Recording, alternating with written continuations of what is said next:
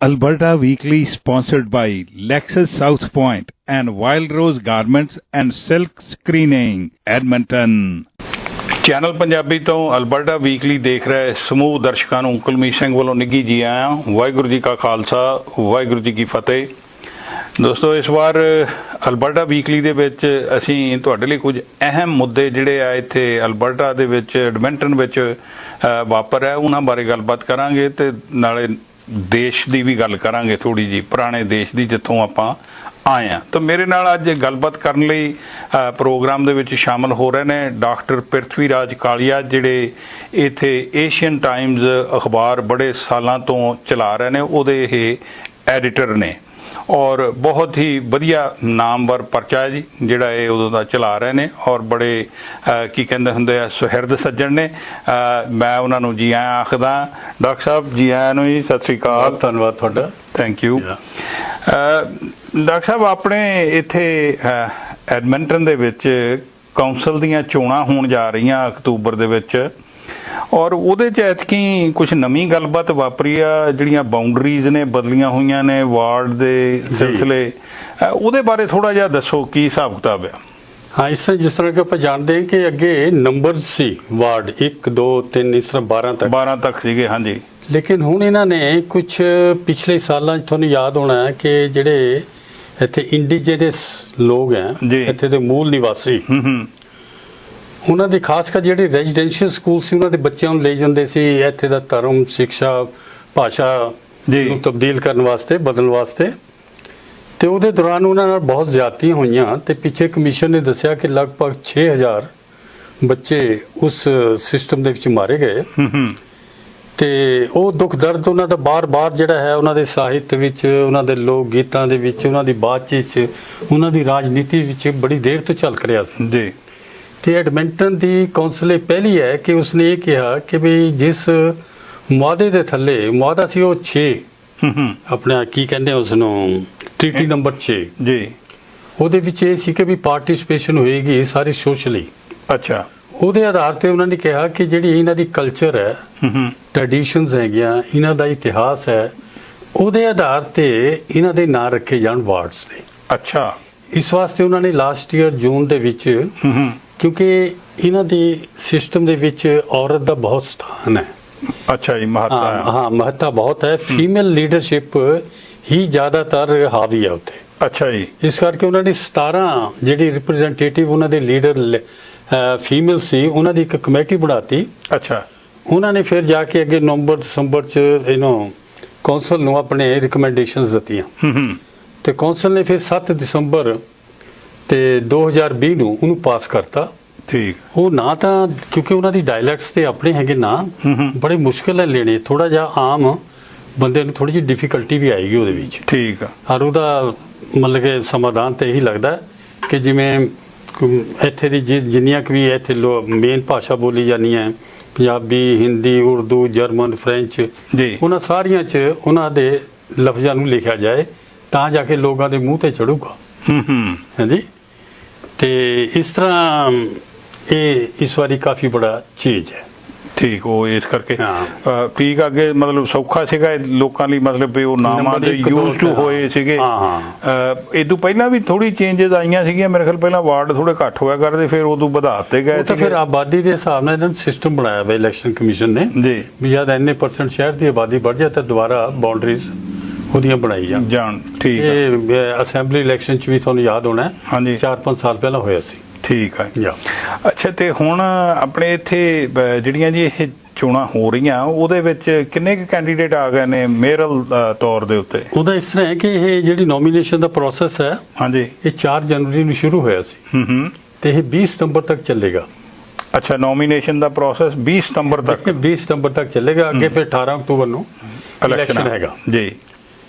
ਤੇ ਇਹਨਾਂ 12 ਜਿਹੜੇ ਵਾਰਡ ਹੈ ਤੇ ਮੇਅਰ ਹੈ, ਕਿਉਂਕਿ ਮੇਅਰ ਜਿਹੜੇ ਹੈ ਇਸ ਵਕਤ ਆਪਣਾ ਕੀ ਨਾ ਇਹਨਾਂ ਦਾ ਡੌਨ ਆਈਵਸਨ ਜੀ, ਤੇ ਉਹਨਾਂ ਨੇ ਇਸ ਵਾਰੀ ਡਿਕਲੇਅਰ ਕਰਤਾ ਕਿ ਵੀ ਮੈਂ ਨਹੀਂ ਰਨ ਨਹੀਂ ਕਰਨਾ ਤੇ ਇਸ ਕਰਕੇ ਦੋਨਾਂ ਵਾਸਤੇ ਮਿਲਾ ਕੇ ਇਸ ਵਕਤ ਹੁਣ ਤੱਕ 61 ਕੈਂਡੀਡੇਟ ਖੜੇ ਹੋ ਚੁੱਕੇ ਆ। ਅੱਛਾ ਜੀ, 61। ਠੀਕ, ਜਿਨ੍ਹਾਂ 'ਚ 10 ਮੇਅਰ ਦੇ ਨੇ ਤੇ 51 ਜਿਹੜੇ ਹੈ ਉਹ ਕੌਂਸਲ ਦੇ ਆ। ਠੀਕ ਆ, ਲੇਕਿਨ ਇਸ ਵਾਰੀ ਇਹ 'ਚ ਵਿਸ਼ੇਸ਼ ਗੱਲ ਦੱਸਣ ਵਾਲੀ ਇਹ ਹੈ ਕਿ ਇਹਦੇ ਵਿੱਚ 25 ਕੈਂਡੀਡੇਟ ਇਕਾਹਠ ਦੇ ਵਿੱਚੋਂ ਘੱਟ ਗਿਣਤੀ ਲੋਕਾਂ ਦੇ ਹੈ। ਅੱਛਾ, 25 ਕੈਂਡੀਡੇਟ ਸੋ ਫਾਰ ਤੇ 22 ਕੈਂਡੀਡੇਟ ਹੈਗੇ ਲੇਡੀਜ਼ ਕੈਂਡੀਡੇਟ ਹੈ, ਫੀਮੇਲ ਹੈਗੇ। ਅੱਛਾ ਜੀ। ਹਾਂ, ਮਤਲਬ ਕਿ ਉਹ ਢਾਂਚਾ ਨਾ ਕੁਝ ਕਾਫੀ ਬਦਲਦਾ ਦਿਖਾਈ ਦੇ ਰਿਹਾ ਹਾਂਜੀ। ਤੇ ਇਸ ਤਰ੍ਹਾਂ ਕਿਉਂਕਿ ਆਪਾਂ ਜਾਣਦੇ ਆ ਵੀ ਪਿਛਲੇ ਸਾਲ 'ਚ ਅਮਰੀਕਾ 'ਚ ਫਿਰ ਇੱਥੇ ਬਲੈਕਸ ਦੇ ਨਾਲ ਕਾਫੀ ਰੇਸਿਜ਼ਮ ਹੋਈ, ਇੱਥੇ ਅਟੈਕ ਹੁੰਦੇ ਰਹੇ ਜੀ, ਆਪਾਂ ਦੇਖਿਆ ਐਲਆਰਟੀ ਤੇ। ਉਹਦੇ ਨਾਲ ਲੋਕਾਂ ਦੀ ਥੋੜੀ ਲੱਗਦਾ ਇਸ ਵਾਰੀ VOTING ਦਾ ਪੈਟਰਨ ਥੋੜਾ ਚੇਂਜ ਹੁੰਦਾ ਲੱਗਦਾ। ਤੁਹਾਨੂੰ ਮਹਿਸੂਸ ਹੋ ਰਿਹਾ ਹੈ? ਮਹਿਸੂਸ ਹੋ ਰਿਹਾ ਜੇ ਲੋਕਾਂ ਨਾਲ ਗੱਲਬਾਤ ਕਰੀਦੀ ਹੈ, ਲੋਕਾਂ ਦੇ ਆਰਟੀਕਲ ਆਉਂਦੇ ਆ, ਉਹ ਪੜ੍ਹੀਦਾ ਤੇ ਉਹਨਾਂ ਦੇ ਰਿਐਕਸ਼ਨਸ ਜਿਹੜੇ ਹੈ ਉਸ ਤੋਂ ਹੀ ਲੱਗ ਰਿਹਾ। ਅੱਛਾ ਜੀ। ਦੂਸਰੀ ਗੱਲ ਬੜੀ ਇਹ ਹੈ ਕਿ ਪਿਛਲੇ 7-8 ਸਾਲਾਂ 'ਚ ਇੱਥੇ ਦੀ ਜਿਹੜੀ ਹੈ ਸਿਸਟਮ ਚੇਂਜ, ਕਾਫੀ ਨੰਬਰਸ ਦੇ ਹਿਸਾਬ ਨਾਲ ਸਿਸਟਮ ਚੇਂਜ ਹੋ ਰਿਹਾ ਹੈ। ਪਾਪੂਲੇਸ਼ਨ ਵਧ ਰਹੀ ਹੈ। ਪਾਪੂਲੇਸ਼ਨ ਤਾਂ ਵਧ ਹੀ ਰਹੀ ਹੈ ਕਿ 40% ਦੇ ਕਰੀਬ ਜਿਹੜੀ ਘੱਟ ਗਿਣਤੀ ਵਾਲੇ ਆ ਉਹਨਾਂ ਦੀ ਸੰਖਿਆ 40% ਤੇ ਚਲੇ ਗਈ ਹੈ। ਅੱਛਾ, ਇਸੀ ਦੇ ਹਿਸਾਬ ਨਾਲ ਫਿਰ ਕੈਂਡੀਡੇਟਸ ਵੀ ਜਿਹੜੇ 61 ਹੁਣ ਤੱਕ ਆਏ ਆ, ਉਹਨਾਂ 'ਚ ਤੁਸੀਂ ਦੇਖੋ ਨਾ 25 ਸਿਰਫ ਆਪਣਾ ਘੱਟ ਗਿਣਤੀਆਂ ਚੋਂ ਤਾਂ ਉਹ ਸਾਰਾ ਅੰਤਰ ਆ ਰਿਹਾ ਉਹਦੇ ਨਾਲ। ਠੀਕ ਯਾ ਇਹ ਨਹੀਂ ਜੀ, ਬਹੁਤ ਵੱਡਾ ਅੰਤਰ ਆ ਇਹ। ਪਹਿਲਾਂ ਤਾਂ ਬੰਦਾ ਕੋਈ ਹੌਸਲਾ ਹੀ ਕਰਦਾ। ਮੈਨੂੰ ਯਾਦ ਆ ਇੱਕ ਵਾਰੀ ਇੱਥੇ ਮਿਸਟਰ ਚੌਧਰੀ ਸੀ, ਉਹਨਾਂ ਦਾ ਲਾਸਟ ਨਾਮ, ਉਹ ਖੜੇ ਹੋਏ ਸੀਗੇ ਤੇ ਜਦੋਂ ਉਹ ਇਲੈਕਸ਼ਨ 'ਚ ਖੜੇ ਹੋਏ ਤਾਂ ਉਹਨਾਂ ਵੈਸੇ ਸਲੋਗਨ ਬੜਾ ਇੱਥੇ ਨੇਟ 'ਚ ਪੜ੍ਹਾਇਆ ਕਰਦੇ ਸੀ ਵੈਸੇ ਕੋਰਸ, ਤੇ ਉਹਨਾਂ ਕਿਹਾ ਸੀ ਵੀ add some colour to the council. ਉਹ ਕਹਿੰਦੇ ਠੀਕ ਹੈ, ਹੁਣ ਪੂਰੇ ਕਲਰ ਲਿਆਏ ਤੇ ਹੁਣ ਮੈਨੂੰ ਲੱਗਦਾ ਵੀ ਉਹ ਜਿਹੜਾ ਨਾਰਾ ਉਹਨਾਂ ਨੇ ਦਿੱਤਾ ਸੀ ਹੁਣ ਇਹ ਚੇਂਜ ਹੋ ਰਿਹਾ ਹੌਲੀ ਹੌਲੀ। ਹਾਂਜੀ ਹਾਂਜੀ। ਅੱਛਾ ਜੀ, ਇਹ ਜਿਹੜੀ ਤੁਸੀਂ ਆ ਗੱਲ ਆਖੀ ਆ ਵੀ ਇੱਥੇ ਲੋਕਾਂ ਤੇ ਮਤਲਬ ਜਿਹੜੇ ਕੁਝ ਸ਼ਿਆ ਰੰਗ ਦੇ ਲੋਕ ਨੇ ਉਹਨਾਂ ਤੇ ਹਮਲੇ ਵਗੈਰਾ ਹੋਏ ਨੇ, ਇਹ ਤੁਹਾਨੂੰ ਲੱਗਦਾ ਨਹੀਂ ਜੀ ਵੀ ਠੀਕ ਆ? ਇਦਾਂ ਲੱਗਦਾ ਵੀ ਹਮਲੇ ਹੁੰਦੇ ਤਾਂ ਹੈ ਤਾਂ ਗੱਲ ਮਾੜੀ ਆ, ਪਰ ਇਹ ਤੁਹਾਨੂੰ ਮਤਲਬ ਪਾਪੂਲੇਸ਼ਨ ਵਧਣ ਦੇ ਬਾਵਜੂਦ ਵੀ ਇਹ ਗੱਲਾਂ ਵਾਪਰ ਰਹੀਆਂ ਜੀ, ਇੰਨੇ ਲੋਕਾਂ ਦੀ ਪ੍ਰੈਜ਼ੈਂਸ ਹੋਣ ਕਰਕੇ ਵੀ ਹਜੇ ਵਾਪਰ ਰਹੀ ਹੈ। ਜਿਉਂ ਨੰਬਰ ਵਧੇਗਾ ਨਾ, ਜਿਉਂ ਆਹ ਜਿਹੜੀ ਹੈ ਜਿਹਨੂੰ ਕਹਿੰਦੇ ਆਪਾਂ ਵੈਸ਼ਵੀਕਰਨ ਜਿਹੜਾ ਹੋ ਰਿਹਾ ਹੈ ਹਾਂਜੀ, ਗਲੋਬਲਾਈਜੇਸ਼ਨ ਜੀ, ਜਦੋਂ ਗਲੋਬਲਾਈਜੇਸ਼ਨ ਜ਼ਰੂਰਤ ਤੋਂ ਜ਼ਿਆਦਾ ਵਧਣ ਲੱਗਦੀ ਹੈ ਨਾ, ਤਾਂ ਜਿਹੜੇ ਉੱਥੇ ਦੇ ਮੂਲ ਨਿਵਾਸੀ ਹੁੰਦੇ ਆ, ਔਰ ਤੁਸੀਂ MLA MP ਬਣ ਕੇ, ਜਿਵੇਂ ਸਾਡੇ ਕੱਲੀ ਪੰਜਾਬੀ ਕਮਿਊਨਿਟੀ ਜੋ 19-20 MP ਬਣ ਗਏ ਜੀ, ਜਦ ਤੁਸੀਂ ਜਾ ਕੇ ਟੇਬਲ ਤੇ ਪਹੁੰਚਦੇ ਆ ਵੀ ਤੁਸੀਂ ਹੁਣ ਮੁਲਕ ਵਾਸਤੇ ਫੈਸਲੇ ਲੈਣੇ ਸ਼ੁਰੂ ਕਰ ਦਿੰਦੇ, ਉਸ ਵਕਤ ਰੇਸਿਜ਼ਮ ਦਾ ਦੌਰ ਇੱਕ ਦੁਬਾਰਾ ਆਰੰਭ ਹੋ ਜਾਂਦਾ, ਉਹ ਪ੍ਰੋਸੈਸ ਸ਼ੁਰੂ ਹੋ ਜਾਂਦਾ। ਉਹ ਹੁਣ ਸ਼ੁਰੂ ਹੋ ਰਿਹਾ। ਤੁਸੀਂ ਦੇਖੋ ਮੌਂਟਰੀਅਲ 'ਚ ਹੋਇਆ, 3-4 ਵਾਰ ਹੋ ਚੁੱਕਾ, ਟੋਰਾਂਟੋ 'ਚ ਹੋ ਚੁੱਕਾ, ਤੇ ਅਲਬਰਟਾ 'ਚ ਐਡਮਿੰਟਨ 'ਚ ਦੇਖਣ ਨੂੰ ਬਹੁਤ ਘੱਟ ਮਿਲਦਾ ਸੀ, ਲੇਕਿਨ ਇੱਥੇ ਵੀ ਹੋ ਗਿਆ ਐਡਮਿੰਟਨ ਔਰ ਕੈਲਗਰੀ 'ਚ ਜੀ। ਸੋ ਤੁਹਾਡਾ ਮਤਲਬ ਹੈ ਵੀ ਜਦੋਂ ਤੁਸੀਂ ਉਹ ਪਾਵਰ ਸ਼ੇਅਰਿੰਗ ਵਾਲੀ ਗੱਲ ਜਿੱਥੇ ਜਾ ਕੇ ਆਉਂਦੀ ਆ, ਉੱਥੇ ਪ੍ਰੋਬਲਮ ਖੜੀ ਹੁੰਦੀ ਆ। ਮੈਂ ਤੁਹਾਨੂੰ ਇੱਕ ਛੋਟੀ ਜਿਹੀ ਗੱਲ ਦੱਸਦਾ। 2004 ਦੀ ਗੱਲ ਹੈ ਕਿ ਇੱਥੇ MLA ਦਾ ਇਲੈਕਸ਼ਨ ਹੋ ਰਿਹਾ ਸੀ ਤੇ ਇੱਕ ਪੋਲਿੰਗ ਬੂਥ ਤੇ ਮੈਂ ਬਾਹਰ ਖੜਾ ਸੀ ਦੇਖਣ ਵਾਸਤੇ। ਅੱਛਾ ਜੀ। ਤੇ ਇੰਨੀ ਦੇਰ 'ਚ ਇੱਕ ਸਾਡਾ ਹੀ ਕੈਂਡੀਡੇਟ ਸੀ, ਇਲੈਕਸ਼ਨ ਲੜ ਰਿਹਾ MLA ਦੀ, ਉਹ ਇੱਕ ਵੈਨ 'ਚੋਂ ਉਤਰਿਆ ਤੇ ਉਹਦੇ ਉਤਰਨ ਦੇ ਨਾਲ ਹੀ ਅੰਦਰੋਂ ਵੈਨ ਦੇ 8-9 ਬੰਦੇ ਉਤਰੇ। ਦੇ ਵਰ ਇੰਡੀਜੀਨਸ ਪੀਪਲ। ਅੱਛਾ ਜੀ। ਤੇ ਸ਼ਕਲ ਤੋਂ ਲੱਗ ਰਿਹਾ ਸੀ ਕਿ ਜਿਸ ਢੰਗ ਨਾਲ ਉਤਰੇ ਸੀ, ਦੇ ਵਰ ਡਰੰਕ। ਦੁਪਹਿਰੇ 1 ਜਾਂ 2 ਵਜੇ ਦਾ ਵਕਤ ਸੀ ਤੇ ਪਹਿਲਾਂ ਤਾਂ ਉਹ ਝਗੜੇ ਜੇ ਲੱਗੇ, ਫਿਰ ਸਾਡਾ ਜਿਹੜਾ ਕੈਂਡੀਡੇਟ ਸੀ ਉਹਨੇ ਪੈਸੇ ਦੇਣੇ ਸ਼ੁਰੂ ਕੀਤੇ ਉਹਨਾਂ ਨੂੰ। ਉਹ ਇਹ ਕਹਿ ਰਹੇ ਸੀ ਵੀ ਪਹਿਲਾਂ ਦੇ ਤਾਂ ਜਾ ਕੇ ਅੰਦਰ ਵੋਟ ਪਾਉਂਗੇ। ਅੱਛਾ ਅੱਛਾ ਜੀ। ਤੇ ਮੈਂ ਫਿਰ ਨਾਲ ਹੀ ਆਪਣਾ ਕਾਰਡ ਦਿਖਾ ਕੇ ਮੈਂ ਹਾਲ ਦੇ ਅੰਦਰ ਸਟੈਪ ਕਰ ਗਿਆ। ਉਹਨਾਂ 'ਚ ਇੱਕ ਬੰਦੇ ਨੇ ਪਹਿਲੇ ਮੇਜ਼ ਤੇ ਉਹ ਕਹਿੰਦੇ ਆ ਨਾ ਵੀ ਆਪਣੀ ਆਈਡੈਂਟੀਟੀ ਦਿਖਾਓ, ਉਹਨੂੰ ਕਹਿਣਾ ਆਈਡੈਂਟੀਟੀ ਦਿਖਾਓ। ਉਹਨੇ ਪਹਿਲਾਂ ਉਹਦੇ ਮੂੰਹ ਤਰਫ ਜਦ ਦੂਜੀ ਵਾਰ ਕਿਹਾ ਤਾਂ ਉਹਨਾਂ ਦੇ ਬਹੁਤ ਭਾਰੀ ਭਾਰੀ ਬੂਟ ਸੀ, ਸਲੋ ਪਈ ਸੀ ਬਾਹਰ ਜੀ। ਉਹਨੇ ਹਿੱਟ ਕੀਤਾ ਮੇਜ਼ ਨੂੰ ਬਹੁਤ ਬੁਰੀ ਤਰ੍ਹਾਂ। ਅੱਛਾ। ਕਿ ਸਾਰਾ ਸਿਸਟਮ ਹੀ ਉਲਟ ਗਿਆ ਘੰਟੇ ਵਾਸਤੇ ਨਾ। ਉਹ ਕਹਿੰਦਾ ਤੂੰ ਮੇਰੇ ਤੋਂ ਬਲ ਕੇ ਆਪਣੀ ਭਾਸ਼ਾ 'ਚ ਕਿਹਾ ਉਹਨੇ ਆਈਡੈਂਟੀ ਪੁੱਛਦਾ, ਅਸੀਂ ਤਾਂ ਇੱਥੇ ਮਾਲਕ ਹੈ ਇੱਥੇ ਦੇ, ਤੂੰ ਆਪਣੀ ਆਈਡੈਂਟੀ ਦਿਖਾ। ਉਹ ਭਾਵਨਾ ਹੁਣ ਇੱਥੇ ਲੱਗ ਰਿਹਾ ਕਿ ਉੱਭਰ ਕੇ ਆਉਣ ਲੱਗ ਗਏ। ਜਦ ਤੁਸੀਂ ਦੂਜੀ ਧਰਤੀ ਤੇ ਜਾ ਕੇ ਉਹਨਾਂ ਦੇ ਰਿਸੋਰਸਿਸ ਨੂੰ ਸ਼ੇਅਰ ਕਰਨ ਲੱਗ ਜਾਂਦੇ ਆ, ਉਹਨਾਂ ਦੀ ਪੋਲੀਟੀਕਲ ਪਾਵਰ ਨੂੰ ਸ਼ੇਅਰ ਕਰਨ ਲੱਗ ਜਾਂਦੇ ਆ, ਤਾਂ ਰੇਸਿਜ਼ਮ ਦਾ ਦੌਰ ਦੁਬਾਰਾ ਇੱਕ ਆਉਣਾ ਸ਼ੁਰੂ ਹੋ ਜਾਂਦਾ।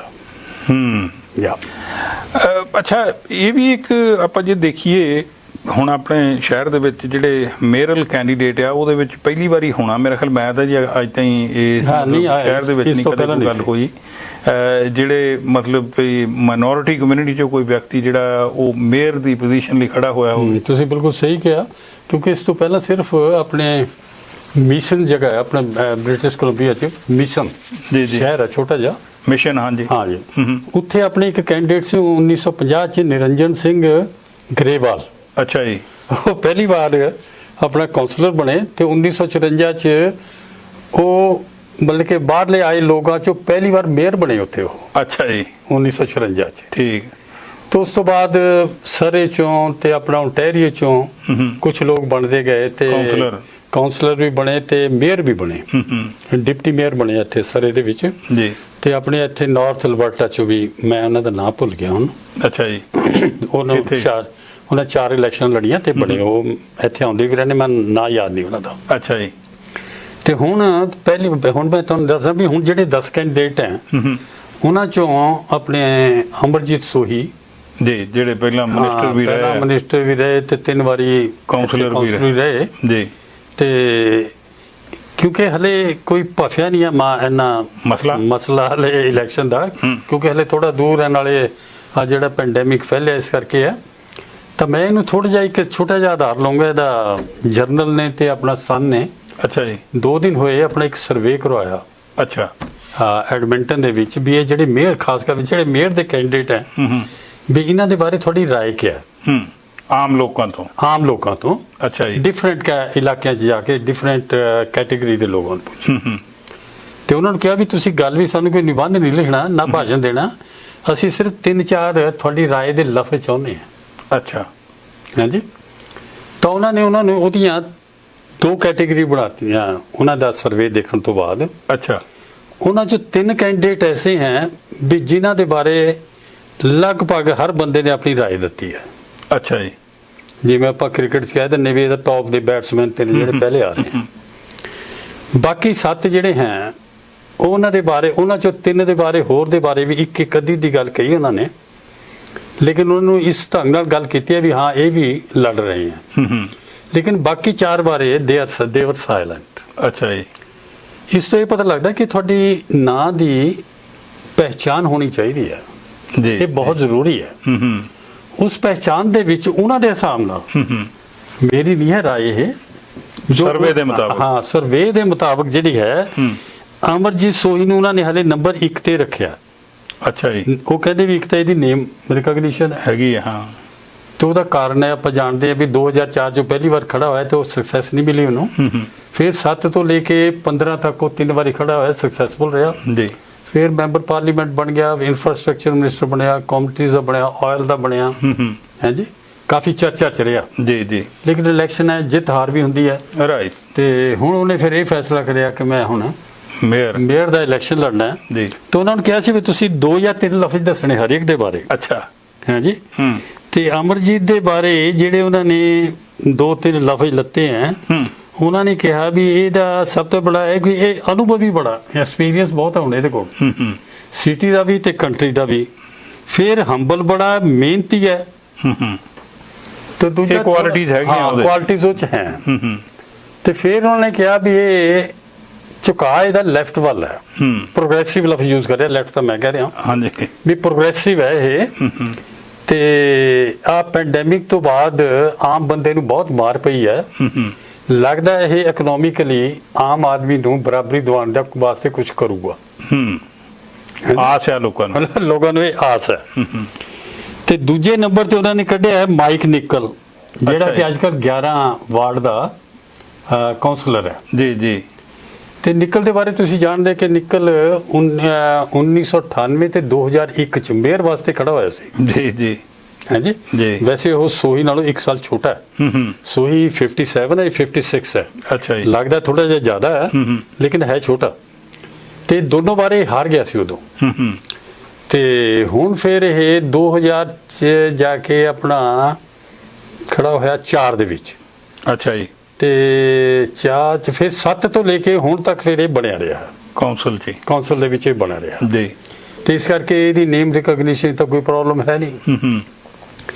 ਇਹਦੇ ਬਾਰੇ ਉਹਨਾਂ ਨੇ ਕਿਹਾ ਕਿ ਵੀ ਸਭ ਤੋਂ ਪਹਿਲਾਂ ਲਫ਼ਜ਼ ਯੂਜ਼ ਕਰਿਆ ਕਿ ਓਨੈਸਟ ਬਹੁਤ ਹੈ। ਦੂਜਾ ਕਿਹਾ ਵੀ ਓਨੈਸਟ ਤਾਂ ਹੈ ਲੇਕਿਨ ਥੋੜਾ ਜਿਹਾ ਗਰਮ ਦਿਮਾਗ ਵੀ ਹੈਗਾ। ਅੱਛਾ ਜੀ। ਤੇ ਇਹਦਾ ਜਿਹੜਾ ਫੋਕਸ ਆ ਉਹ ਬਿਜ਼ਨਸ ਹੈ। ਹਾਂਜੀ, ਇਹ ਵੀ ਉਹਨਾਂ ਨੇ ਕੁਆਲਿਟੀਜ਼ ਦੱਸੀਆਂ। ਤੇ ਮੈਂ ਉਹਨਾਂ ਨਾਲ ਗੱਲਬਾਤ ਵੀ ਕੀਤੀ ਸੀ ਤੇ ਪੜ੍ਹਾਈ ਲਿਖਾਈ ਦੇ ਹਿਸਾਬ ਨਾਲ ਉਹਨਾਂ ਨੇ ਇੱਥੋਂ ਹੀ ਪੈਦਾ ਹੋਏ ਵੇ ਐਡਮਿੰਟਨ ਜੀ। ਤੇ ਮਾਸਟਰਸ ਇਨ ਸਟੈਟਿਸਟਿਕਸ ਨੇ ਉਹ। ਠੀਕ ਹੈ। ਹਾਂਜੀ, ਸੋ ਇਹ ਉਹਨਾਂ ਦੀਆਂ ਕੁਆਲਿਟੀ ਜਿਹੜੀਆਂ ਉਹਨਾਂ ਨੇ ਦੱਸੀਆਂ। ਠੀਕ ਹੈ। ਤੀਸਰੇ ਤੋਂ ਮੈਂ ਨਿਕਾਲਿਆ ਹੈ ਕਿਮ ਕਰੂਸ਼ਲ, ਜਿਹੜੀ ਫੀਮੇਲ ਹੈ। ਹਾਂਜੀ, ਉਹ ਵੀ ਮੇਰਾ ਖਿਆਲ ਕਾਉਂਸਲਰ ਰਹਿ ਚੁੱਕੀ ਹੈ। ਉਹ ਵੀ 2004 ਤੋਂ 13 ਤੱਕ ਵਾਰਡ 2 'ਚ ਕਾਉਂਸਲਰ ਰਹੀ ਹੈ ਜੀ। ਤੇ ਕਾਫੀ ਉਹਦਾ ਨਾਂ ਰਿਹਾ ਕਿਉਂਕਿ ਤੁਹਾਨੂੰ ਯਾਦ ਹੋਣਾ ਹੈ ਆ ਸਿਟੀ ਦੀ ਜਿਹੜੀ ਸਿਟੀ 에ਅਰਪੋਰਟ ਸੀ, ਸਿਵਲ ਕਿਹੜੀ ਕੀ ਨਾਮ ਸੀ, ਮਿਊਨਿਸਪਲ 에ਅਰਪੋਰਟ ਸੀ ਜੀ। ਉਹਦਾ ਜਿਹੜਾ ਮਾਮਲਾ ਸੀ ਉਹ 'ਚ ਉਹਨੇ ਬਹੁਤ ਰੋਲ ਪਲੇ ਕੇ ਦਿੱਤਾ ਸੀ ਵੀ ਇਹ ਹੁਣ ਬੰਦ ਕਰਕੇ ਇੱਥੇ ਮਕਾਨ ਬਣਨ ਤੇ ਜਾਓ। ਜੀ। ਉਹਦੇ ਕ੍ਰਿਟਿਸਿਜ਼ਮ ਵੀ ਬਹੁਤ ਹੋਈ ਲੇਕਿਨ ਚਰਚਾ ਵੀ ਬਹੁਤ ਹੋਈ। ਤੇ ਉਸ ਲਈ ਹੁਣ ਅੱਛਾ ਮੈਂ ਇੱਕ ਗੱਲ ਨੇਮ ਰੈਕੋਗਨੀਸ਼ਨ ਵੀ ਹੋਈ ਉਹਦੇ 'ਚ। ਮੈਂ ਇੱਕ ਲਫ਼ਜ਼ ਭੁੱਲ ਗਿਆ ਉਹਦੇ ਬਾਰੇ, ਆਪਣਾ ਨਿਕਲ ਬਾਰੇ, ਕਿ ਨਿਕਲ ਆਊਟ ਐਂਡ ਆਊਟ ਕੰਜ਼ਰਵੇਟਿਵ ਹੈ। ਉਹਨੂੰ ਇਹ ਕਹਿਣ 'ਚ ਕੋਈ ਹਰਜ ਨਹੀਂ, ਉਹ ਕਹਿੰਦਾ ਵੀ ਮੈਂ ਕੰਜ਼ਰਵੇਟਿਵ ਹਾਂ। ਠੀਕ। ਤੇ ਮੈਂ ਲੈਸ ਗਵਰਨਮੈਂਟ ਦੇ ਹੱਕ 'ਚ ਹਾਂ ਤੇ ਘੱਟ ਖਰਚਾ ਕਰਨ ਦੇ ਹੱਕ 'ਚ ਹਾਂ। ਹਾਂਜੀ, ਫਿਰ ਤੇ ਫ੍ਰੀ ਮਾਰਕੀਟ ਦੇ ਹੱਕ 'ਚ ਹਾਂ। ਹਾਂਜੀ, ਤੇ ਇੱਕ ਹੋ ਗਿਆ ਪਹਿਲਾ ਹੋ ਗਿਆ ਪ੍ਰੋਗਰੈਸਿਵ, ਦੂਜਾ ਹੋ ਗਿਆ ਪੂਰਾ ਕੰਜ਼ਰਵੇਟਿਵ। ਇਹ ਲੇਡੀ ਜਿਹੜੀ ਹੈ ਇਹ 2000 ਤੋਂ ਲੈ ਕੇ ਜਿਹੜੀ ਕਾਲਡਰ ਕਨਸਟੀਚੁਐਂਸੀ ਹੈ ਇੱਥੇ ਜੀ, ਕਾਲਡਰ, ਹਾਂਜੀ, ਉੱਤੇ ਇਹ ਕੈਨੀ ਦੇ ਆਉਣ ਤੱਕ 17-18 ਸਾਲ ਪੀਸੀ ਪਾਰਟੀ ਦੀ ਪ੍ਰੈਜ਼ੀਡੈਂਟ ਰਹੀ ਹੈ। ਅੱਛਾ ਜੀ। ਹਾਂ, ਲੇਕਿਨ ਇਹਦਾ ਘਰ ਵਾਲਾ ਵੀ ਤੇ ਆਪ ਇਹ ਬਿਜ਼ਨਸ ਵਾਲੇ ਹੈ ਤੇ 2013 ਤੋਂ ਬਾਅਦ ਇਹ ਕੌਂਸਲ 'ਚ ਨਹੀਂ ਖੜੀ ਹੋਈ ਹੈ ਜੀ। ਤੇ ਲੋਕਾਂ ਨੇ ਇਹਦਾ ਵੀ ਅੱਛੇ ਢੰਗ ਨਾਲ ਸਵਾਗਤ ਕਰਿਆ ਜਦੋਂ ਇਹਨੇ ਅਨਾਉਂਸ ਕੀਤਾ। ਠੀਕ ਆ।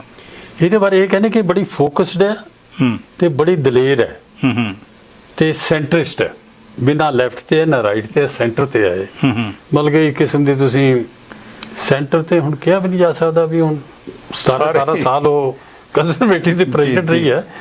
ਤੇ ਉਹ ਵੈਸੇ ਗੱਲ ਇਦਾਂ ਨਾ ਜੀ ਵੀ ਕਿਉਂਕਿ ਉਦੋਂ ਦੇ ਕੰਜ਼ਰਵੇਟਿਵ ਦੇ ਤੇ ਅੱਜ ਵਾਲਿਆਂ 'ਚ ਉਹਨਾਂ 'ਚ ਫਰਕ ਬੜਾ ਹੋ ਗਿਆ।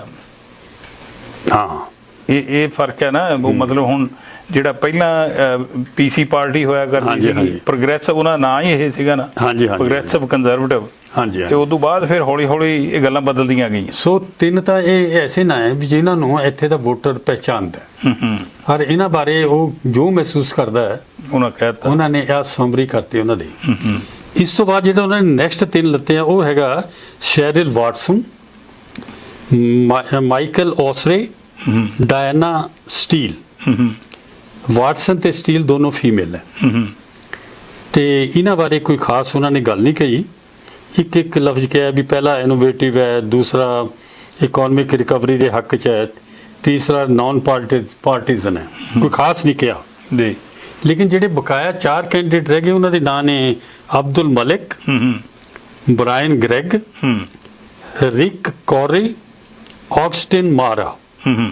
ਤੇ ਇਹਨਾਂ ਬਾਰੇ ਉਹਨਾਂ ਨੇ ਕੋਈ ਜ਼ਿਕਰ ਹੀ ਨਹੀਂ ਕੀਤਾ। ਇਹਨਾਂ ਦੀ ਗੱਲ ਇਦਾਂ ਨਹੀਂ ਵੀ ਕੋਈ ਰੈਕੋਗਨੀਸ਼ਨ, ਨੇਮ ਰੈਕੋਗਨੀਸ਼ਨ ਨਹੀਂ ਹੈ, ਇਸ ਕਰਕੇ ਉਹ ਪ੍ਰੋਬਲਮ। ਹੁਣ ਮੇਰਾ ਖਿਆਲ ਹੈ ਵੀ ਇਸ ਕਿਉਂਕਿ ਪੈਂਡੈਮਿਕ ਤੋਂ ਬਾਅਦ ਜੀ ਇਸ ਇਲੈਕਸ਼ਨ ਦੇ ਵਿੱਚ ਸਭ ਤੋਂ ਬੜਾ ਜਿਹੜਾ ਇਸ਼ੂ ਹੋਣਾ ਉਹ ਇਕਨੋਮਿਕ ਰਿਕਵਰੀ ਦਾ ਹੋਣਾ। ਇਹ ਬਹੁਤ ਕਾਊਂਟ ਕਰੇਗਾ ਵੀ ਕਿਸ ਕੈਂਡੀਡੇਟ ਦਾ ਜਿਹੜਾ ਪਿਛਲਾ ਰਿਕਾਰਡ ਜਾਂ ਉਹਦੇ ਏਜੰਡੇ ਦਾ ਜਿਹੜਾ ਸਭ ਤੋਂ ਅਹਿਮ ਹਿੱਸਾ ਹੈ ਉਹ ਇਕਨੋਮੀ ਹੋਣਾ ਚਾਹੀਦਾ। ਡਾਕਟਰ ਸਾਹਿਬ, ਇੱਕ ਗੱਲ ਮੈਨੂੰ ਇਹ ਲੱਗਦੀ ਇਸ ਗੱਲਬਾਤ ਦੇ ਵਿੱਚ ਵੀ ਦੇਖੋ, ਭਾਵੇਂ ਕਿਸੇ ਵੀ ਪਹਿਲਾਂ ਇੱਥੇ ਪਾਰਟੀਆਂ ਦਾ ਨਹੀਂ ਸੀ ਕਦੇ ਵੀ ਬੜਾ ਐਮਫੈਸਿਸ ਹੁੰਦਾ, ਪਰ ਆ ਪਿੱਛੇ ਜੇ ਆਪਾਂ ਦੇਖ ਰਹੇ ਹਾਂ ਵੀ ਇਹ ਕੋਈ ਚੇਂਜ ਕਰਨ ਦੀ ਕੋਸ਼ਿਸ਼ ਕੀਤੀ ਜਾ ਰਹੀ ਆ ਵੀ ਸਿਟੀ ਦੇ ਜਿਹੜਾ ਪੋਲਿਟਿਕਸ ਇਹਦੇ ਵਿੱਚ ਵੀ ਕੋਈ ਨਾ ਕੋਈ ਪਾਰਟੀ ਵਾਲੀ ਗੱਲ ਜਿਹੜੀ ਹੈ ਲਿਆਂਦੀ ਜਾਵੇ। ਨਹੀਂ, ਹੁਣ ਤੁਸੀਂ ਗੱਲ ਕੀਤੀ, ਬਹੁਤ ਚੰਗਾ ਕੀਤਾ। ਪੱਖ ਰਹਿ ਗਿਆ ਸੀ ਨਹੀਂ ਤੇ ਜੀ। ਤੇ ਆਮ ਲੋਕਾਂ 'ਚ ਜਿਹੜੀ ਚਰਚਾ ਹੋ ਰਹੀ ਹੈ ਉਹ ਇਹ ਹੋ ਰਹੀ ਹੈ ਕਿਉਂਕਿ ਇੱਥੇ 20 ਚੋਂ 19 MLA NDP ਦੇ ਆ ਜੀ। ਹੁਣ NDP 2023 ਫਿਰ ਪੂਰੀ ਤਿਆਰੀ ਨਾਲ ਲੜਾਈ ਲੜੇਗੀ ਹੈ ਜੀ। ਉਹਨੂੰ ਵੀ ਇਹ ਇਲੈਕਸ਼ਨ ਜਿਹੜੀ ਹੈ ਇੱਕ ਕਿਸਮ ਦਾ ਉਹਦੇ ਵਾਸਤੇ ਇੱਕ ਇਹ ਉਦਾਹਰਣ ਹੈ, ਐਕਸਪੀਰੀਅੰਸ ਹੋਏਗਾ ਜੀ ਵੀ ਉਹ ਜਿਸ ਕੈਂਡੀਡੇਟ ਨੂੰ ਦੇ ਵੀ ਵੋਟ ਪਾਏਗੀ ਇੱਕ ਮੁਸਤ ਹੋ ਕੇ ਪਾਏਗੀ। ਇਹ ਸੁਣਿਆ ਜਾ ਰਿਹਾ ਕਿ ਉਹਨਾਂ ਨੇ ਇੱਕ ਇਰਾਦਾ ਕਰ ਲਿਆ ਵੀ ਜਿਹੜਾ ਬੰਦਾ ਥੋੜਾ ਪ੍ਰੋਗਰੈਸਿਵ ਹੋਊਗਾ ਜਾਂ ਲੈਫਟ ਤੇ ਹੋਊਗਾ, ਜਿਹੜਾ ਉਹਨਾਂ ਦੇ ਏਜੰਡੇ ਦੀ ਥੋੜੀ ਬਹੁਤ ਸ਼ਰਤਾਂ ਪੂਰੀਆਂ ਕਰਦਾ ਹੈ, ਉਹ ਆਪਣਾ ਕੈਂਡੀਡੇਟ ਨਾਲ ਖੜਾ ਕਰਕੇ ਉਹਦੇ ਨਾਲ ਜਾਣਗੇ। ਜੇ ਤਾਂ ਉਹ ਕੈਂਡੀਡੇਟ ਜਿੱਤ ਜਾਂਦਾ ਤਾਂ ਉਹਨਾਂ ਨੂੰ ਵੀ ਉਮੀਦ ਬੰਨੀ ਜਾਊਗੀ ਵੀ 2023 ਕੋ ਸਾਡਾ ਬਣੂਗਾ। ਅਭੀ ਇਹਨਾਂ 2 ਸਾਲ ਚ ਅਸੀਂ ਗਵਾਇਆ ਨਹੀਂ ਹੈ। ਠੀਕ ਹੈ। ਜੇ ਕੈਂਡੀਡੇਟ ਕੰਜ਼ਰਵੇਟਿਵ ਜਿੱਤਦਾ ਤਾਂ ਕੰਜ਼ਰਵੇਟਿਵ ਪਾਰਟੀ ਨੂੰ ਉਮੀਦ ਜਨਮੂਗੀ ਕਿ ਅਸੀਂ ਕੈਲਗਰੀ ਦੀ ਤਰ੍ਹਾਂ ਇੱਥੇ ਵੀ ਸੀਟਾਂ ਜਿੱਤਾਂਗੇ। ਇਹ ਵੈਸੇ ਇਹ ਇਲੈਕਸ਼ਨ ਬਹੁਤ ਬੜਾ ਇਸ ਦ੍ਰਿਸ਼ਟੀਕੋਣ ਤੋਂ ਬਹੁਤ ਇੰਪੋਰਟੈਂਟ ਹੈ। ਇਹ ਗੱਲ ਇਦਾਂ ਹੋਈ ਜੀ ਵੀ 2 ਹੀ ਆਪਣੇ ਵੱਡੇ ਸ਼ਹਿਰ ਆ ਅਲਬਰਟਾ ਦੇ ਵਿੱਚ, ਔਰ ਦੋਨਾਂ ਦੇ ਵਿੱਚ ਹੀ ਉਹ ਮੇਅਰ ਨਾਹੀਦ ਨੈਂਚੀ ਹੋਣੀ ਵੀ ਕਹਿ ਦਿੱਤਾ ਵੀ ਉਹ ਵੀ ਨਹੀਂ ਰਨ ਕਰ ਰਿਹਾ ਅਗਲੀ ਇਲੈਕਸ਼ਨ ਜਿਹੜੀ ਆ, ਉਹ ਵੀ ਨਹੀਂ ਕਰ। ਸੋ ਉਹਨਾਂ ਦਾ ਅੱਛਾ ਬੀਇੰਗ ਏ ਮਾਈਨੋਰਿਟੀ ਔਰ ਉਹ ਵੀ ਮੁਸਲਮ ਹੋਣ ਦੇ ਨਾਤੇ ਉੱਥੇ ਵਿਨ ਕਰਨਾ ਉਹਨਾਂ ਦਿਨਾਂ ਦੇ ਵਿੱਚ ਬਹੁਤ ਵੱਡੀ ਗੱਲ ਸੀਗੀ। ਉਹਦਾ ਇਹ ਸੀ ਕਿ ਉਹਦਾ ਕਿਸੇ ਵੀ ਪਾਰਟੀ ਨਾਲ ਖੁੱਲੇ ਤੌਰ ਤੇ ਕੋਈ ਅਲਾਈਨਮੈਂਟ ਨਹੀਂ ਸੀ, ਨਾ ਉਹ ਲੈਫਟ ਸੀ ਨਾ ਰਾਈਟ ਸੀ। ਉਹ ਇੱਕ ਨਾਰਮਲ ਸੈਂਟਰਿਸਟ ਔਰ ਬਹੁਤ ਪੜ੍ਹਿਆ ਲਿਖਿਆ ਇੰਜੀਨੀਅਰ ਸੀ ਜੀ। ਉਹਨੇ ਤੁਹਾਨੂੰ ਪਤਾ ਵੀ ਆਪਣਾ ਝੰਡਾ ਲੈ ਕੇ ਉਹ 2 ਸਾਲ ਸੜਕ ਦੇ ਉੱਤੇ ਜਗ੍ਹਾ ਖੜਦਾ ਸੀ, ਅੱਧਾ ਦਿਨ, ਔਰ ਆਪਣਾ ਏਜੰਡਾ ਦੱਸਦਾ ਸੀ ਜੀ। ਔਰ ਫਿਰ ਉਹਨੇ ਜਦੋਂ ਬਣ ਗਿਆ ਤਾਂ ਉਹਨੇ ਐਸਾ ਪ੍ਰੂਵ ਕੀਤਾ ਕਿ 3 ਵਾਰੀ ਕੈਨੇਡਾ 'ਚ ਉਹਨੂੰ ਟੌਪ ਮੇਅਰ ਡਿਕਲੇਅਰ ਕੀਤਾ ਗਿਆ ਜੀ। ਹੀ ਪ੍ਰੂਵਡ ਦੈਟ। ਹੁਣ ਉਹਨੇ ਖੁਦ ਹੀ ਕਿਹਾ ਵੀ ਮੈਂ ਨਹੀਂ ਖੜਨਾ ਹੈ ਜੀ, ਤੇ ਉਹਨੇ ਸਿੱਧ ਕਰਿਆ ਕਿ ਮੈਂ ਜੋ ਕਹਿ ਰਿਹਾ ਸੀ ਮੈਂ ਉਹ ਹੈਗਾ ਸੀ। ਠੀਕ। ਦੂਸਰੀ ਗੱਲ ਮੈਂ ਇੱਕ ਹੋਰ ਤੁਹਾਨੂੰ ਦੱਸਾਂ ਵੀ ਜਿਸ ਤਰ੍ਹਾਂ ਜਿਹੜੇ ਨਵੇਂ ਕੈਂਡੀਡੇਟ ਖੜੇ ਹੁੰਦੇ ਆ ਨਾ, ਉਹਨਾਂ ਦੀ ਇੱਕ ਬਹੁਤ ਬੜੀ ਪ੍ਰੋਬਲਮ ਹੁੰਦੀ ਹੈ। ਜਿਹੜੇ ਕੈਂਡੀਡੇਟ ਅੱਗੇ ਖੜ ਚੁੱਕੇ ਆ, ਖਾਸ ਕਰ ਐਮਐਲਏ ਆ ਐਮਪੀ ਵਾਸਤੇ, ਉਹਨਾਂ ਨੂੰ ਇਲੈਕਸ਼ਨ ਕਮਿਸ਼ਨ ਡਾਟਾ ਦਿੰਦਾ ਵੋਟਰਸ ਦਾ, ਤੇ ਉਹਨਾਂ ਦਾ ਅੱਧਾ ਕੰਮ ਸਰ ਜਾਂਦਾ ਵੀ ਉਹਨਾਂ ਦਾ ਬਣਾਇਆ ਲਿਸਟਾਂ, ਦੂਜਾ ਉਹਨਾਂ ਦਾ 90% ਸਭ ਕੁਝ ਤਿਆਰ ਹੁੰਦਾ ਹੈ। ਉਹਨਾਂ ਨੇ ਜਾ ਕੇ ਫੋਨ ਕਰਨੇ ਸ਼ੁਰੂ ਕਰਨੇ ਹੁੰਦੇ ਜੀ ਜੀ, ਹੈ ਜੀ। ਦੂਜਿਆਂ ਨੇ ਖਾਸ ਕਰ ਜਿਹੜਾ ਹੈਗਾ ਉਹਨਾਂ ਨੂੰ ABC ਤੋਂ ਕੰਮ ਕਰਨਾ ਪੈਂਦਾ। ਉਹਨਾਂ ਦੇ 2-3 ਮਹੀਨੇ ਇਸ 'ਚ ਲੰਘ ਜਾਂਦੇ ਵੀ ਕਿਹੜੇ ਵਰਕਰ ਨੂੰ ਪੜੀਏ, ਕਿਹਨੂੰ ਕੀ ਕਰੀਏ। ਇਹਨਾਂ 3 ਦਾ ਜਿਹੜਾ ਆਪਾਂ ਜ਼ਿਕਰ ਕਰਿਆ, ਕਿਉਂਕਿ ਇਹਨਾਂ ਨੇ ਘੱਟ ਤੋਂ ਘੱਟ ਕੌਂਸਲ ਦੇ ਇਲੈਕਸ਼ਨ ਲੜੇ ਆ ਜੀ ਜੀ, ਇਹਨਾਂ ਨੂੰ ਪਤਾ ਵੀ ਕਿਹੜੇ ਵਰਕਰ ਇਹਨਾਂ ਦੇ ਆ ਕੇ ਇਹਨਾਂ ਨਾਲ ਸਹਾਇਤਾ ਕਰਨਗੇ, ਕਿਵੇਂ ਮਤਲਬ ਕਿ ਇਲੈਕਸ਼ਨ ਚਲਾਈਦਾ ਹੈ ਜੀ। ਲੇਕਿਨ ਉਹਨਾਂ 3 ਚੋਂ ਵੀ 2 ਕੋਲ ਇਹ ਡਾਟਾ ਜਿਹੜਾ ਹੈ ਨਾ ਵੋਟਾਂ ਵਾਲਾ, ਉਹ ਨਹੀਂ ਹੈ। ਹੁਣ ਸਾਰੇ ਸ਼ਹਿਰ ਦੇ ਡਾਟੇ ਵਾਸਤੇ ਉਹਨਾਂ ਨੂੰ ਵੀ ਦੁੱਗਣੀ ਤਿਗਣੀ ਮਿਹਨਤ ਕਰਨੀ ਪਊਗੀ। ਇਹ ਸਾਰੀ ਗੱਲਾਂ ਕਾਊਂਟ ਕਰਦੀਆਂ। ਅੱਛਾ, ਇਹਦੇ 'ਚ ਇੱਕ ਗੱਲ ਮੈਨੂੰ ਜਿਹੜੀ ਹੋਰ ਬੜੀ ਉਹ ਆਪਣੇ ਕੈਲਗਰੀ ਸ਼ਹਿਰ ਤੋਂ ਆਈ ਸੀਗੀ, ਉਹ ਇਹ ਸੀਗੀ ਵੀ ਉੱਥੇ ਇੱਕ ਅਜਿਹਾ ਵਿਅਕਤੀ ਜਿਹੜਾ ਮਤਲਬ ਪ੍ਰੂਵਨ ਟਰੈਕ ਰੈਕਡ ਹੈ ਉਹਦਾ, ਵੀ ਉਹ ਦੂਸਰੇ ਤਰ੍ਹਾਂ ਦੀਆਂ ਉਹਦੀਆਂ ਭਾਵਨਾਵਾਂ ਹੈਗੀਆਂ, ਔਰ ਉਹ ਖਾਸ ਕਰਕੇ ਜਿਹੜੇ ਹੈਲਥ ਵਰਕਰ ਸੀਗੇ ਉਹਨਾਂ ਦੇ ਉਲਟ ਬੜਾ ਚੱਲ ਰਿਹਾ ਸੀਗਾ, ਮਾਸਕ ਪਾਉਣ ਦੇ ਉਲਟ ਲੈ ਕੇ ਚੱਲ ਰਿਹਾ ਸੀ, ਹੈ ਨਾ। ਉਸ ਗੱਲ ਨੂੰ ਲੈ ਕੇ ਜਿਹੜੀ ਗੱਲ ਆ ਰਹੀ ਸੀਗੀ ਵੀ ਉਹਨੂੰ ਵੀ ਇਹ ਲਿਸਟਾਂ ਮਿਲ ਰਹੀਆਂ ਸੀਗੀਆਂ, ਔਰ ਹੈਲਥ ਵਰਕਰ ਵਿਚਾਰੇ ਡਰੇ ਬੈਠੇ ਸੀਗੇ ਵੀ ਜੇ ਉਹਦੇ ਕੋਲ ਲਿਸਟਾਂ ਚਲੇ ਗਈਆਂ ਉਹ ਸਾਡੇ ਤੇ ਤਾਂ ਅਟੈਕ ਕਰੇਗਾ। ਆਪਣੀ ਉਹੀ ਗੱਲ ਨੂੰ ਮੈਂ ਪ੍ਰੂਵ ਕਰ ਰਿਹਾ ਨਾ ਵੀ ਜਦੋਂ ਤੁਸੀਂ ਦੂਜੇ ਮੁਲਕ 'ਚ ਬਸਣ ਤੋਂ ਬਾਅਦ 30-40 ਸਾਲ ਬਾਅਦ ਤੁਸੀਂ ਉਹਨਾਂ ਦੇ ਸਾਰੇ ਸਿਸਟਮ ਦਾ ਹਿੱਸਾ ਹੋ ਜਾਂਦੇ ਆ, ਦਖਲ ਦੇਣ ਲੱਗ ਜਾਂਦੇ ਆ, ਤਾਂ ਇਹ ਐਲੀਮੈਂਟ ਵੀ ਖੜੇ ਹੁੰਦੇ। ਬਹੁਤ ਮਿਹਨਤ ਦੀ ਲੋੜ ਹੈ ਕਿ ਇਹਨਾਂ ਐਲੀਮੈਂਟਸ ਨੂੰ ਨਾਰਮਲਾਈਜ਼ ਕੀਤਾ ਜਾਏ। ਅਨੇ ਜੀ, ਉਹ ਬੜੀ ਇਹ ਉਸ ਕੈਲਗਰੀ ਸ਼ਹਿਰ ਦੀ ਖਬਰ ਸੀਗੀ, ਇਹ ਮੈਂ ਕਿਹਾ ਵੀ ਇਹ ਤਾਂ ਬੜਾ ਖਤਰਨਾਕ ਗੱਲ ਹੈ ਉਹਨਾਂ ਲੋਕਾਂ ਲਈ। It's a very stage move. ਲੋ ਕਾਲੀਆ ਸਾਹਿਬ, ਆਪਣੀਆਂ ਗੱਲਾਂ ਤਾਂ ਹੋਰ ਬੜੀਆਂ ਸੀਗੀਆਂ ਕਰਨ ਵਾਲੀਆਂ, ਮੈਨੂੰ ਲੱਗਦਾ ਵੀ ਆਪਣਾ ਸਮਾਂ ਜਿਹੜਾ ਉਹ ਹੋ ਗਿਆ। ਬਾਕੀ ਦੀ ਗੱਲਬਾਤ ਆਪਾਂ ਅਗਲੇ ਕਿਸੇ ਸਮਾਂ ਲੱਗਾ ਤੇ ਉਹਦੇ ਤੇ ਜ਼ਰੂਰ ਕਰਾਂਗੇ। ਤੁਹਾਡਾ ਬਹੁਤ ਬਹੁਤ ਧੰਨਵਾਦ। ਵਾਹਿਗੁਰੂ ਜੀ ਕਾ ਖਾਲਸਾ, ਵਾਹਿਗੁਰੂ ਜੀ ਕੀ ਫਤਿਹ। Thank you, thank you. ਸਾਡਾ ਹਰ ਇੱਕ ਪ੍ਰੋਗਰਾਮ ਦੇਖਣ ਤੇ ਸਾਡੇ ਨਾਲ ਜੁੜਨ ਲਈ ਸਬਸਕ੍ਰਾਈਬ ਕਰੋ ਚੈਨਲ ਪੰਜਾਬੀ ਤੇ ਨੋਟੀਫਿਕੇਸ਼ਨ ਲਈ ਬੈਲ ਆਈਕਨ ਵਾਲੇ ਬਟਨ ਤੇ ਕਲਿੱਕ ਕਰੋ।